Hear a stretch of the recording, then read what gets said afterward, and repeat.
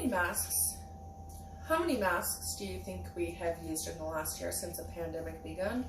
We don't even have an estimate. A lot of people prefer to use disposable while others prefer reusable. A large reason why we have started using so many is due to government mandates on wearing the masks. It's pretty much everywhere, but the virus is still spreading. It's caused a lot of controversy, and there's two sides to this argument. The first side, obviously, the local governments. They are saying that the mask mandates are necessary to protect those who are compromised, and the other argument is from what a lot of people label as rights or conservatives.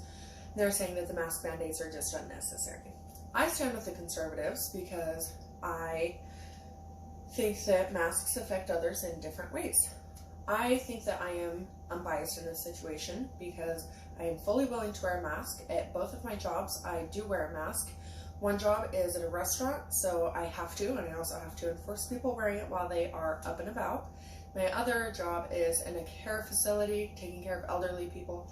I am more than willing to wear a mask while I work there. I prepared for this speech by looking at the CDC's website and the Bloomberg School of Health, which led me to a couple of New York Times articles. And I feel like I found a lot of useful information, a lot that I didn't even know about. And so I don't think local governments should be able to make that decision. First of all, children are missing out on social cues and facial recognition. Second, the CDC says that masks and social distancing are still necessary, even if you're using one or the other. You have to use them both. And to counter the other argument to say that it's to protect people, I think that we're forgetting about toddlers and people who rely on lip reading. So now that you know both sides, I would like to explain my side. Children need to be able to recognize familiar faces. According to Kang Lee, a lot of that comes from recognizing specific features on our faces. Masks cover a lot of our faces and leaves only our eyes and our eyebrows to convey a message. So only immediate families really see what the children are, like their faces, and the children are only going to see what their immediate family allows them to see.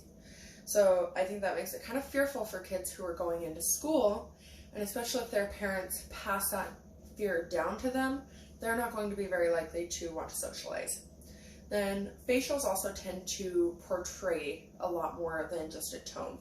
When I'm at work, I know that people can sound really serious, and when I don't see their smile, sometimes I really think that they're serious, and it's definitely not the case. And I'm an adult, so relying on a child to be able to just kind of figure that out just doesn't really make sense to me. So we want our kids to come out of this pandemic stronger. I think we need to give them some coping mechanisms. By getting rid of the masks, we will actually help them to be able to recognize social cues and facial recognition.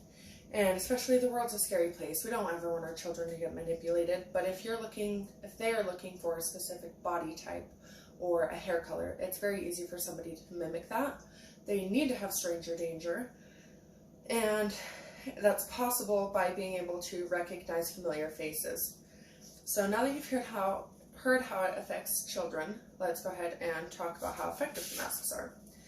Masks are in place to protect us from the droplets that are expelled when we talk, when we breathe, when we cough, when we sneeze, and it's only going to work if it's worn right. Masks were mass produced. This is one of the ones that I bought at the store, or from the craft store. Somebody was selling them outside. If you look at it, this mask is secured up here, but on the sides, it's not secure, which means that droplets are still able to be expelled from the side. How often do you go to the store and you see somebody with their mask pulled below their nose? That's not going to protect anybody from anything either. So it's not really the best. And then a lot of masks are single layered, and that's not going to protect it either because the CDC recommends 2 layers minimum of breathable fabric.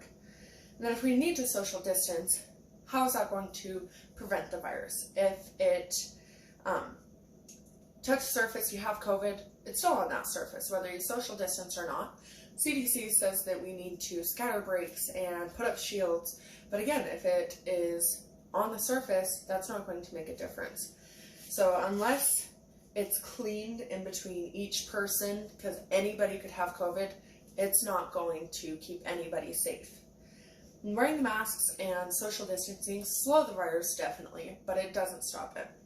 I think we should allow people to make the decision to decide if they would like to gather the natural immunities.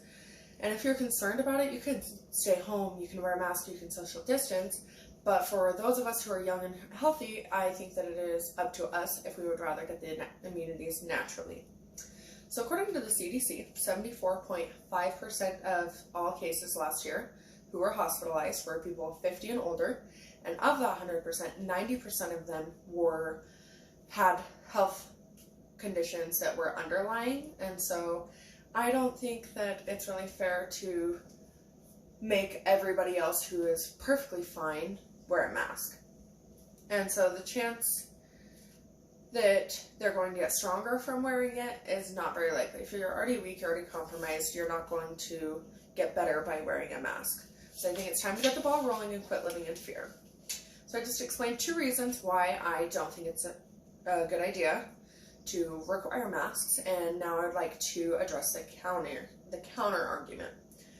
So masks are to protect the compromised, but I think we're forgetting about children and people who are hearing impaired. Toddlers and babies are unable to wear a mask due to suffocation hazards, and those who are compromised are already pretty likely to get sick and pass away from another cause.